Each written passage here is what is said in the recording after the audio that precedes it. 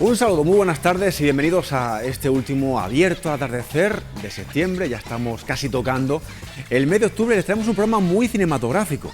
¿Por qué digo esto? Porque para empezar vamos a hablar del Almería Western Film Festival. Ya saben ustedes, este festival maravilloso de cine del oeste que tenemos en la provincia, en Tabernas, y que siempre está en torno al puente del 12 de octubre. En este caso nos han robado un poquito el puente. De esto también lo hablaremos un poco en la entrevista. Aquí tengo ya al alcalde de Tabernas, José Díaz. Muy buenas. Hola, buenas tardes. Y también al director del festival que se estrena este año, Eduardo Trías. Muy buenas. Buenas tardes, Miguel. Empezar siempre es bueno. Primera edición como director. Empezar siempre es bueno, por supuesto. Siempre está el entusiasmo intacto y están las perspectivas intactas.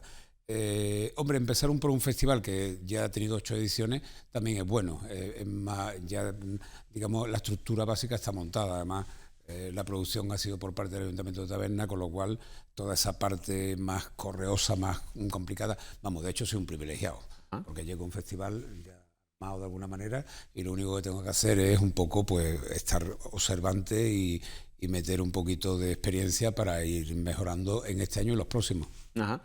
Si os parece bien, vamos a ir viendo ese cartel, el cartel del Almería Western Film Festival, que es este que están viendo, que si ustedes tienen un poquito de imaginación, pues verán que es un homenaje claro a esos decorados, ¿no? A esos decorados que hicieron a Almería, pues situarla en el mundo, del mundo del western sobre todo, y en este caso tu pueblo, pues Tabernas, ¿no? Sí, bueno, es un decorado más imaginario, no ha existido nunca, pero podría haber sido cualquiera de los cientos que se han montado y desmontado, y algunos conservados, o incluso algunos de los que se siguen reformando, porque hay poblados del oeste que, de hecho, en el spot, si lo vemos, hay imágenes del Fort Bravo, que se ve el salón, que ahora lo vemos, y ahora el salón no es así, es completamente diferente. Ajá. Y es porque vienen producciones, remodelan, reforman, y así se queda. Entonces puede ser un decorado de los que hubo, de los que ya no están, de los que recordamos y queramos recordar, o cualquiera de los que el día de mañana estarán. Ajá. El alcalde lo ha dicho. Vamos a ver entonces ahora el spot, el anuncio de este Almería Western Film Festival que cumple 9 años, ni más ni menos. Y esto que ayer parecía un niño pequeñito que crecía, ¿no? Pues no, ya tiene 9 ediciones. Este es el anuncio con el que quieren invitar a todos a que se sumen a este festival.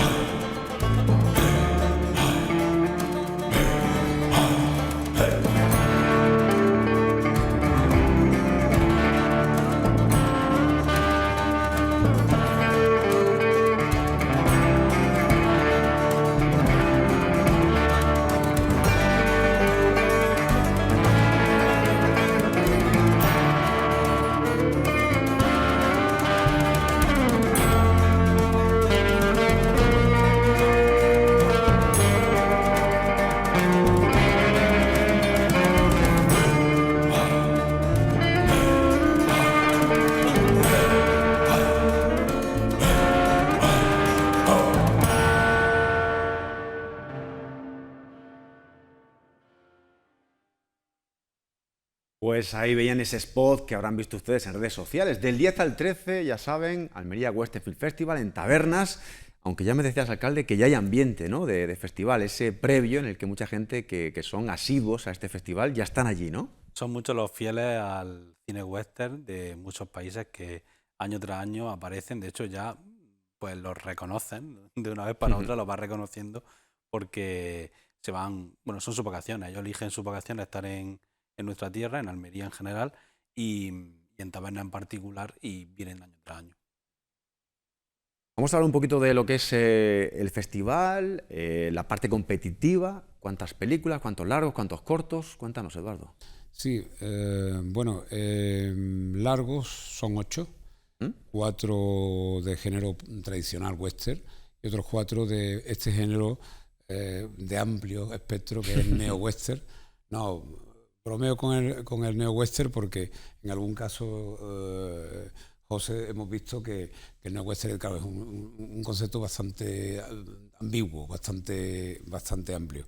Entonces me recuerda mucho el chiste este de aceptar el pulpo como animal de compañía, ¿no? Porque de alguna manera hay que interpretarlo. De todas maneras, no. Realmente los signos, las señas de identidad del género están muy definidas, pero sí es cierto que es un género muy vivo, porque hemos recibido muchísimas producciones. Además, producciones, los largometrajes, hemos visto que hay muy buena calidad de producción, que hay muy buena calidad de puesta en escena, hay buena... las tramas se adecúan a la contemporaneidad, no se queda solo en temas antiguos, se desarrolla, se descubre, se reinventa. Y eso es muy gratificante porque realmente pues hace ver que el género está muy vivo. Y ya con el neo-western, ya te digo, se multiplica todos los espectros, porque claro, ya neo-western es esas mismas señales, pero en otro espacio-tiempo se puede hacer western en la luna, en un platillo volante o en el mar o en una selva, ¿no? Como es el caso, tenemos 3 producciones iberoamericanas que chocan porque son western, pero están en ambientes selváticos, no están en ambiente árido de desierto. Y después son 5 estrenos en Europa de las 8, que es también muy, muy memorable. Luego están los cortometrajes, que son 12 más 1, como diría Ángel Nieto, son 13. Y ahí sí hay una variedad. Hay algunos que son muy, muy buenos documentales de producción y de actuación y de dirección. Hay otros que son más amateur, pero también por otra parte son muy interesantes porque responde a lo que este género, y bueno, todos los géneros provoca, ¿no? Esa cosa que antiguamente se llamaba friki, que curiosamente es un concepto y un término que inicialmente tenía cierta carga peyorativa, o bueno, un friki, eres friki. Sí, venía del circo, sí, los freaks. Exactamente, era un poco burlón, un término burlón. Sin embargo, ahora, y precisamente porque el mercado manda, es un término muy deseado porque estamos hablando de gente apasionada. Claro. Entonces el friki, ya sea de western o de lo que sea, de música, de grupo y tal, son gente apasionada, y realmente yo creo que ese es uno de los grandes valores que tiene este festival. Está rodeada de gente muy apasionada y ya te digo, los cortos tenemos algunos casos en que realmente su valor está más en la pasión que ponen que no, digamos, las cualidades puramente audiovisuales, ¿no? Estamos viendo, hemos visto imágenes de la presentación, ahora estamos viendo imágenes, me parece que es el cómo se hizo o el resumen del año pasado, ¿no? El trabajo que hicisteis el año pasado. Sí, al ver la camiseta ya alcalde, ya ahí hemos visto la prueba, ¿no? Evidente, ¿no? Sí, bueno, vemos imágenes de mucha gente, muchos voluntarios que colaboran año tras año, mucha gente que está a pie de cañón, porque el equipo es un equipo muy reducido, si cabe este año todavía aún más reducido, donde apenas entre 4 o 5 personas organizamos un festival internacional, a mi juicio con mucho mérito porque es muy participativo, como estamos viendo. Todo el no pueblo solo se suma. Para los vecinos de Tabernas que ya lo han interiorizado, sino también para los visitantes, y de hecho este año queremos animar a ellos, es decir, queremos sobre todo que una parte de la jornada el jueves, que es Mini Hollywood, que sé que mucha gente pendiente, y las entradas saldrán próximamente en la web para poder reservarlas, y el viernes en Fort Bravo. El sábado en el pueblo, el día 12 de octubre, queremos hacer del pueblo una fiesta, queremos tematizar al máximo, y a todo aquel, por ejemplo, que poco por incentivar, que lleve estética western, porque queremos que esté completamente ambientado, bueno, pues queremos reservar incluso una estancia de hotel a modo de, bueno, incentivar un poquito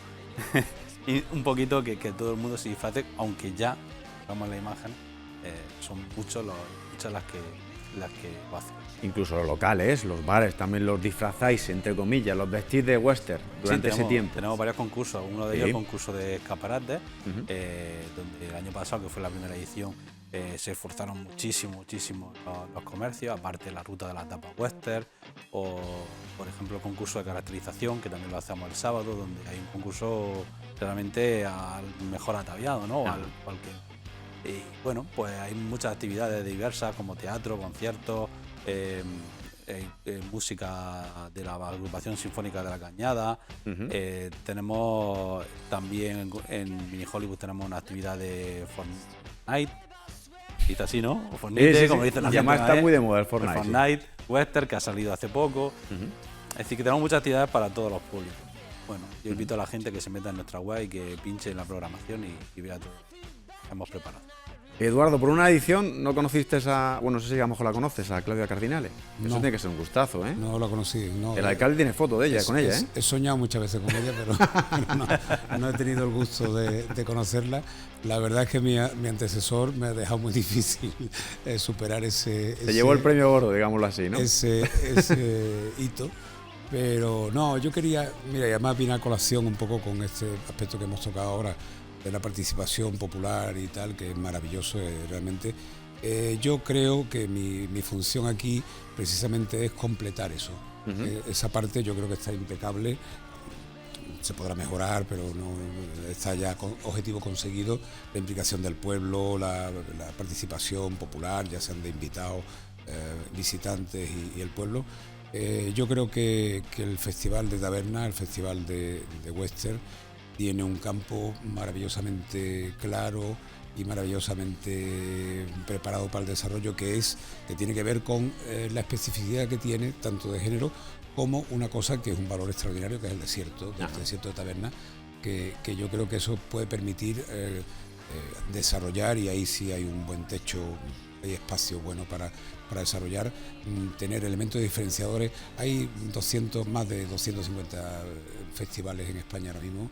Creo que este tiene unas características y además no son características locales, sino son características internacionales, que puede permitir en una línea nueva, una manera nueva de pensar y de sentir y de organizar festivales de cine.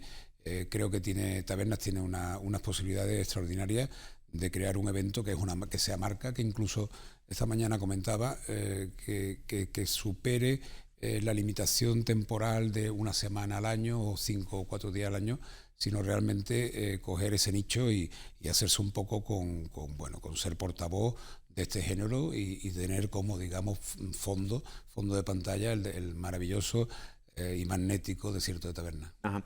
No hemos dicho todavía los homenajeados, que como cada año este festival también se acuerda de ciertas personas. ¿Lo decís vosotros, lo digo yo? A mí me da igual. Sí, bueno, nosotros clasificamos los premios en función, tenemos el premio Leone in Memoriam, en este caso para George Hilton. Además vamos a proyectar la película Los Profesionales del Oro, y también tenemos un documental que es estreno en España sobre su vida. Todo eso será el jueves. La inauguración será la entrega del premio In Memoriam. El viernes tendremos el premio Tabernas de Cine a Alex Cox, director, actor, guionista, sobre todo un director de culto, de cine más independiente, que además durante varios años estuvo viviendo en Tabernas. Es uno más de los enamorados de nuestra tierra. Y además se recuerda por una película inclasificable sobre Las Vegas. Si no la han visto, creo que era Miedo y Asco en Las Vegas, si no me equivoco. Algo de eso, sí. De hecho, vamos a proyectar una de sus películas, Straight to Hell, que también es para verla en el Foro Bravo, la proyectaremos. El protagonista es John Thunder, el líder de The Clash, o sea, ya con eso ya vamos dando pistas de por dónde van los tiros. Y también estrenaremos un documental suyo sobre localizaciones de La muerte tenía un precio. El premio Desierto de Taberna, en este caso, es para Fresco Film Service, una de las productoras que están trayendo... Pues a casi todos. Sí, claro. Bueno, hay otras productoras que también trabajan. Creo que Exodus lo trajeron ellos, por ejemplo, ¿no? Bueno, Exodus concretamente no, pero Juego de Tronos sí, o Terminator 6, por ejemplo, de las últimas producciones que han traído. Y como premio ASFAN, el premio de la Asociación de Festivales de Andalucía, a la que pertenecemos, en esta ocasión se lo vamos a dar a Tate Fernández, un jefe de localización muy conocido, toda su familia muy conocida en Almería, y bueno, pues él sí que tiene un amplio currículum de películas y de series, sobre todo de las últimas, en las que ha participado, y claramente es una figura que no está tan reconocida, ¿no? Sí, tan reconocida, y tiene la gran mayoría del mérito de que una producción al final se queda aquí, es de él y de las personas que hacen ese trabajo en Almería, porque son los que reciben a los productores, los que le enseñan nuestro territorio. Y lo que le dice, por ejemplo, el productor, le dice, quiero esto, y entonces este hombre llega y los lleva al sitio. Que a todo esto, cuando ellos han venido amplios directivos de amplias cadenas de televisión, de amplias empresas productoras, con distribuidoras, vienen aquí, pisan nuestra tierra, ni nos enteramos los políticos, ¿vale? y se están fraguando los proyectos. Claro. Ahí empieza el proyecto, el germen de ese proyecto, ¿no? Sí, cuando un productor busca un sitio para localizar, aparte de que al director le guste los escenarios o que digamos más que le gusten, que se adecúen a la historia que quiere contar y tal, lo que va buscando son facilidades. Claro. Facilidades, entonces los directores de shooting, los localizadores, empresas como hay, aquí tenéis Almería Filming, también está la Film Commission, los propios service, productoras de service, lo que hacen es eso, es decir, mira, aquí tienes transporte, aquí tienes hospedaje, aquí tienes facilidades, si encima tienen ayuda económica ya perfecto, claro. Financiera o lo que sea.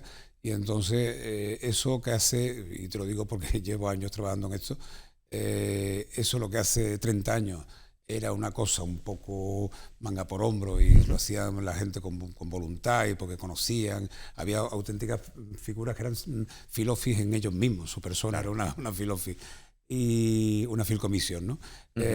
Y hoy en día eso entonces, precisamente que tiene que ver con la globalidad. Un productor cuando necesita algo, busca un desierto, como estamos hablando, pues el que le dé más facilidades, el que tenga más, ese es el que le interesa. Y entonces las figuras esta de las que habla José, de directores de localizaciones, es fundamental porque lo que hacen es mostrar las facilidades que van a tener, las comodidades y las horas de sol que tiene Andalucía, transporte, hospedaje y bueno, que el agua es potable y cosas de ese tipo, ¿no? Estamos hablando, por ejemplo, en un fin de semana en el que hemos tenido el principio del rodaje de The Crown, aquí abajo, más lejos, es decir, al lado del Barceló. Se podía ver perfectamente. Y allá arriba también, que ha salido en prensa. Yo nunca hablo de esas cosas. No quiero hablar, ¿no? Pero como ha salido en prensa, no, porque una parte muy importante de la confidencialidad de este tipo de proyectos y de los que están por venir, ¿no? Y sí, la verdad que ha sido todo una... De hecho, el campamento base está allí en Taberna. Donde casi siempre. Hasta aquí puedo leer, ¿no? Y además todos sabemos dónde es. Por ahora que sí, creo que no nos dejamos nada así a grandes rasgos. Hay muchísimas más cosas, por supuesto. Sí, podemos hablar horas de esto. Podríamos hablar horas, exactamente. También está, por ejemplo, la sección retrospectiva, Panorama, que está fuera de concurso. Yo a lo mejor les remito a la página web que está perfecta, westernfilmfestival.com, si no me equivoco, ¿no, alcalde? .es, fíjate, ahí me he equivocado. Ya. Y nada, que vaya todo estupendo como siempre. Recuerden, del 10 al 13, acérquense. Con los niños es un espectáculo. Digo con los niños y con los más niños que somos nosotros, los mayores. Los niños grandes. Los niños grandes. Muchas gracias y que os vaya estupendo, ¿vale? Gracias a ti. Bueno, pues ya saben, esa cita del 10 al 13 de noviembre, ese festival de western único prácticamente en Europa. Nos vamos ahora a Diputación, donde se presentaba, por cierto, esta mañana el festival, y es que allí mismo también se presentaba un rastrillo solidario a favor de AFIAL. Allí estaba, como no, un equipo de Interalmería y estaba nuestra compañera Mar Díaz. Mar Díaz, cuéntanos cómo ha sido este rastrillo y cómo está siendo. Cuéntanos. El patio de luces de la Diputación Provincial acoge desde hoy una original exposición, un tradicional mercadillo que ha organizado la asociación AFIAL, la Asociación de Fibromialgia de Almería. Por eso vamos a hablar con su presidenta, con Pilar Quesada, para que nos cuenten los detalles de esta original iniciativa. Cuéntanos, Pilar, ¿qué tal? Pues mira, en principio el hacer el rastrillo es para recaudar fondos, para subsistir en la empresa, en la asociación, ya que aunque la utilidad pública dan algunas subvenciones, pero no es lo suficiente. Entonces, pues decidimos entre la Junta Directiva hacer un rastrillo, ya que lo hicimos hace 4 años atrás, aquí también, y salió bien, y entonces pues lo hacemos con cosas que incluso son artesanales, que las mismas socias lo han hecho, como son muchos, han hecho cactus para donarlos, para que se saque un dinero para que podamos ayudar a las socias de fibromialgia y síndrome de fatiga crónica, que le podamos dar las actividades que le damos, porque le damos 4 días de gimnasia dos en la asociación y otros 2 en piscina en Rafael Florido, y la asistencia psicológica que también se le da. Entonces necesitamos tener fondos para poder hacerle y ayudarle a la sociedad, y también para dar visibilidad a nuestra enfermedad y que la ciudadanía se acerque y vea que aunque estamos enfermas de fibromialgia y síndrome de fatiga crónica, pues nos entretenemos en hacer cositas para llevarlo lo mejor posible. Pilar, a mí me gustaría, mientras nuestro compañero pues nos puede enseñar un poco en qué consiste esta exposición, porque hay de todo tipo de productos de cuadro, estamos viendo ropa, un montón de cosas, ¿no?, que seguro que habrán aportado. Vamos a recordar un poco vuestra principal reivindicación, porque siempre, no sé cuántas personas ahora mismo o cuánta gente forma parte de esta asociación. Es una enfermedad que ataca sobre todo a las mujeres en especial, y se sigue reivindicando esa baja que se ha considerado como enfermedad, ¿no? Vuestro principal objetivo. Pues nuestro principal objetivo, aunque siempre decimos fibromialgia para las mujeres, hay también hombres, ¿eh? Lo que pasa es que se ven menos, pero nosotros en la asociación estamos de socios sobre unos 520, hay también hombres, algunos, y esto se hace... Se me ha olvidado la pregunta.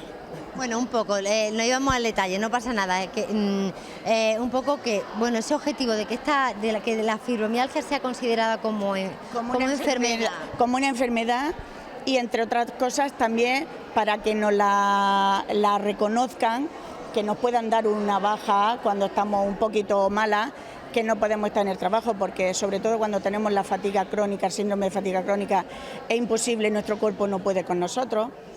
Entonces, para que cuando tenemos las crisis fuertes fuesen considerables los médicos y nos diesen una baja para esos días, aunque fuese para esos días, pero sobre todo que cuando vamos a los centros médicos no nos tomen porque es de psiquiatra, que eso es lo que seguimos y queremos seguir, que nosotros nos da la depresión por tener esa enfermedad, porque no podemos hacer lo que hacíamos. Bueno, ya por último, Pilar, nos despedimos, pero antes, pues invita a través de la Cámara de Interalmería a todo aquel, creo que va a estar hasta el día 2 la exposición, un poco que se acerque al patio de luces, pues para ver si le gusta algo de esta muestra. Pues sí, lo invito a la ciudadanía y a todo el que se pueda acercar, ya que tenemos muchas tiendas de ropa que no han donado ropa, que no han donado cuadros, que no han donado en peluquería cosas también, hay electricidad de lámparas que no han donado, hay bolsos que no lo han donado, muchas tiendas,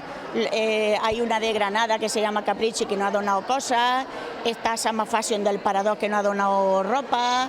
Es que la verdad que no han donado muchas cosas y estamos muy agradecidas de poder hacer esto, y gracias a esas donaciones también que hemos podido llevar a cabo, y hay muchas cosas que han hecho artesanalmente las socias, que se han dedicado a hacer cactus, que se han dedicado a hacer manualidades de crochet, que se han dedicado a hacer bolsitas para el perfume de los armarios, que se han dedicado a hacer crochet de llaveros de crochet. Todo con mucho cariño. Con muchísimo cariño y mucho esfuerzo. Y nosotros nos alegramos, Pilar, que os deseo lo mejor con esta exposición y sobre todo en vuestra andadura como es la Asociación AFIAL, para que sigáis trabajando por conseguir vuestros objetivos. Muchísimas gracias. Gracias a ustedes. Pues ya lo saben, aquí en el patio de luces de la Diputación Provincial podrán encontrar hasta el próximo 2 de octubre esta exposición, esta muestra organizada por la Asociación AFIAL, la Asociación de Fibromialgia de Almería. Muchas gracias, Mari. Ya saben que ustedes pueden contribuir con esta ONG, con esta asociación AFIAL, acercándose a este mercadillo en Diputación, dejándose unos pequeños euros y nada, apoyándoles en eso también, y luego además en una pasarela que van a celebrar el próximo viernes. Les cuento unas cosas que he ido viendo esta mañana. El Instituto Nacional de Estadística ha sacado hoy una información que habla sobre los divorcios, ¿no? Viene a decir varias cosas, pero por ejemplo deja un titular que baja un 3%, más o menos un 2,8%, el número de divorcios en España. Bueno, para hablar de este tema, de estas estadísticas y de alguna más, de la rama del derecho de familia, pues tengo aquí conmigo a la abogada Estefanía Molina. Muy buenas. Muy buenas tardes, Michel. Hablábamos antes de empezar la entrevista, tú me decías, ese 3% es verdad, pero tiene su trampa, ¿no?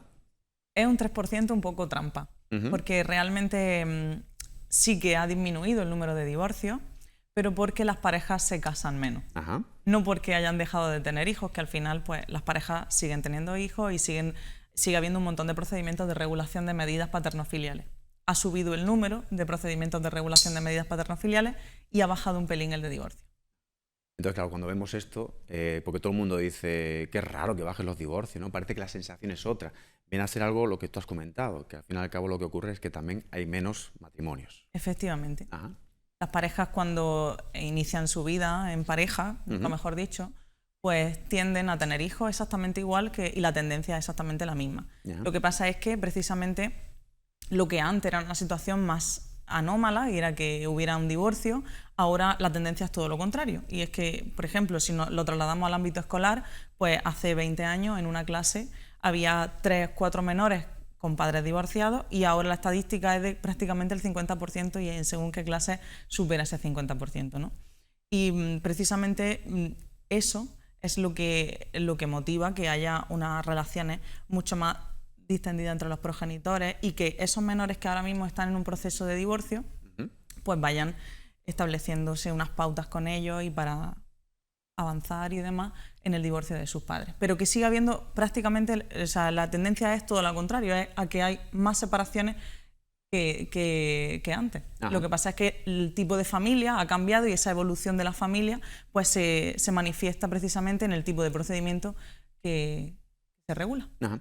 El INE también nos dice, por ejemplo, que en cuanto a porcentajes, más o menos el 80% de los casos se resuelven de forma amistosa, lo que llamamos el mutuo acuerdo, con lo cual un poquito más del 20, el 22 se van a los contenciosos. Digamos que la cordura impera y esto es algo que como también se va normalizando, pues se lleva a ese camino, ¿no? Se llega a ese camino, mejor dicho.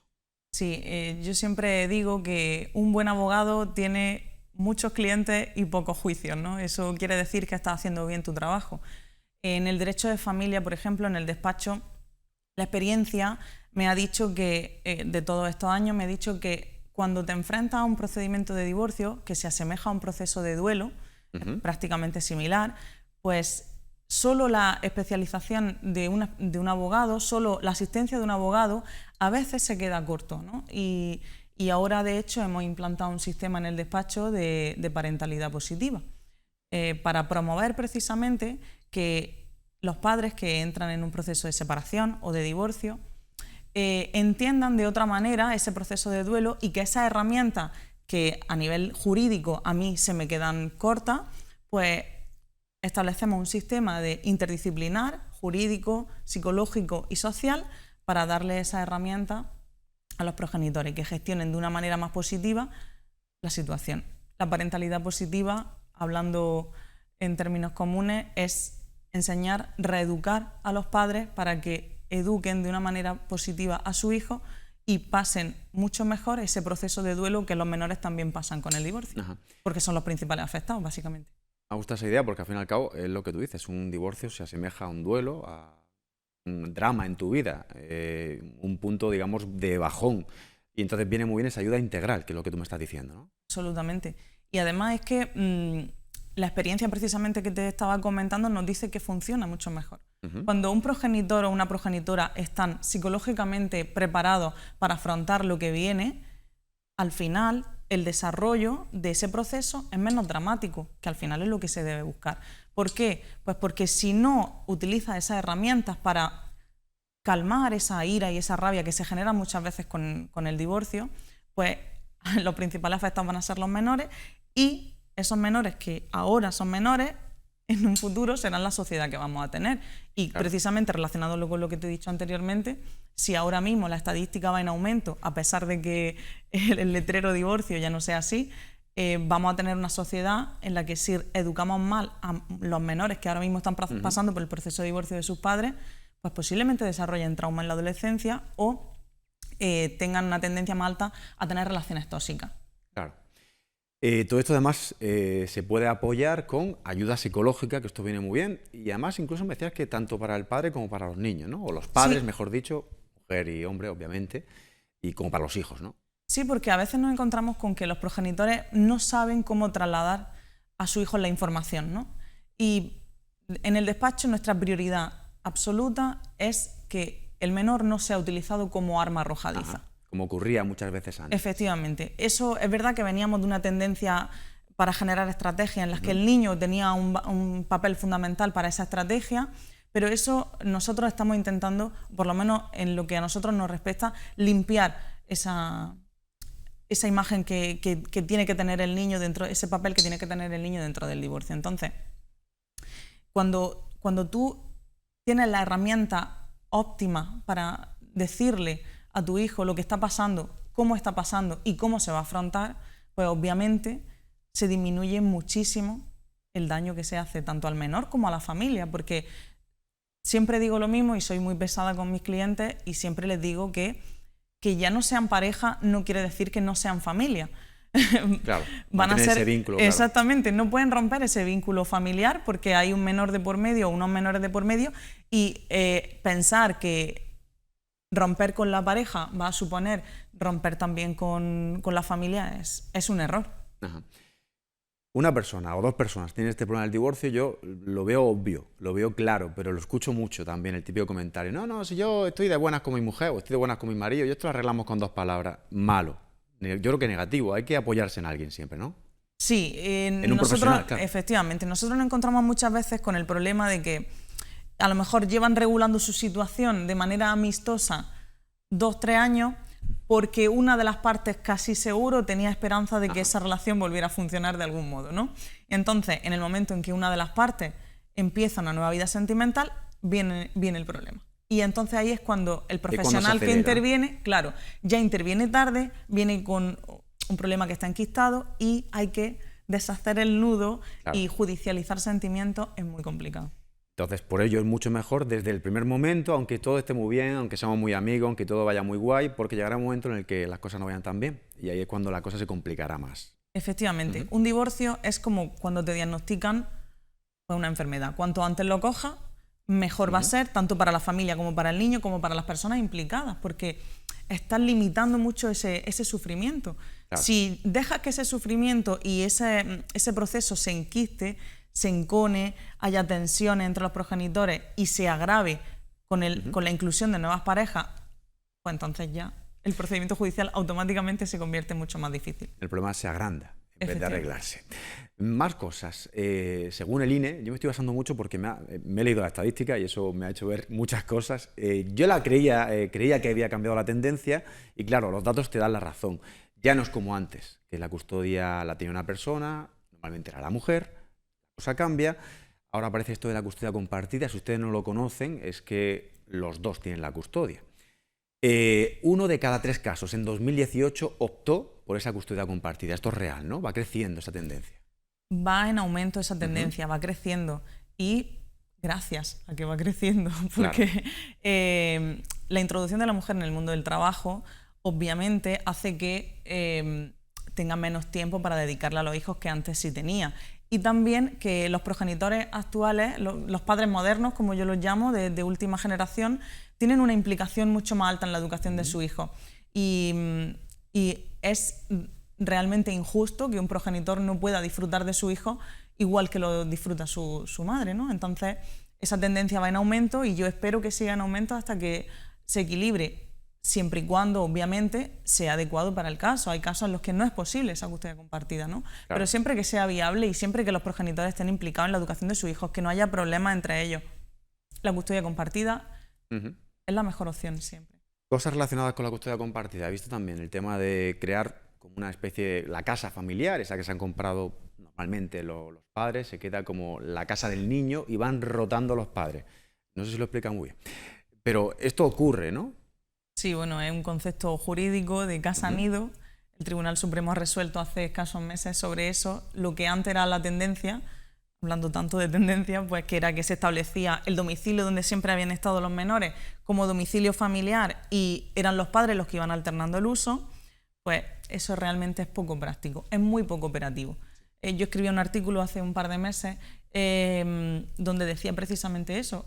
Establecer una casa-nido te obliga a mantener un vínculo con la persona con la que no quieres convivir y te obligan a convivir en cierta medida. ¿Por qué?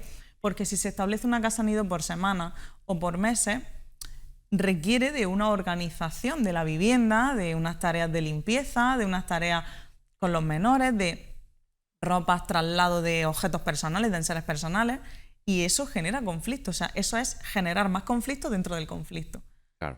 Entonces, no siempre es lo mejor la casa nido. De hecho, en casi todos los casos, casi siempre genera más problemas que soluciones. Ajá. Más cuestiones, más problemas que he ido viendo. Dudas que me surgen, por ejemplo, hay un divorcio, está la custodia compartida, por ejemplo, hay terceras personas, nuevas parejas, digámoslo así, y entonces una pareja empieza a subir las fotos del hijo y ahí empiezan también los problemas, porque empiezan los piques. Es que tu nueva novia sube muchas fotos de mis hijos y eso a mí no me gusta. Sí, Eso es un problema. Sí.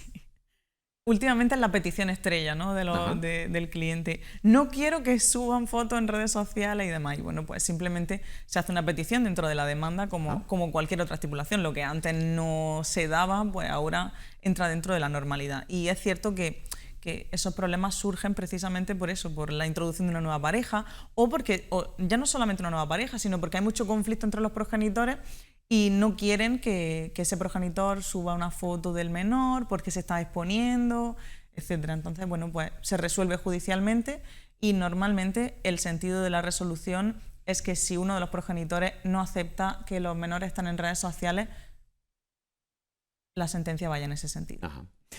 Al fin y al cabo, pues se respeta... Efectivamente, es respetar la intimidad del menor y el derecho a su imagen, que obviamente lo tiene. Y que también podemos hablar mucho de eso, pero bueno, sí. de algunos padres que bueno, pues saturan a otros padres y sobre todo pues no tienen muy en cuenta lo que es la imagen de sus hijos, ¿no? Bueno, más dudas si ustedes tienen, pues Estefanía Molina, ni más ni menos. Muchas gracias, Estefanía. Gracias a ti. Ya sé que te he robado tu tiempo y que nos has aclarado muchas dudas y muchas gracias.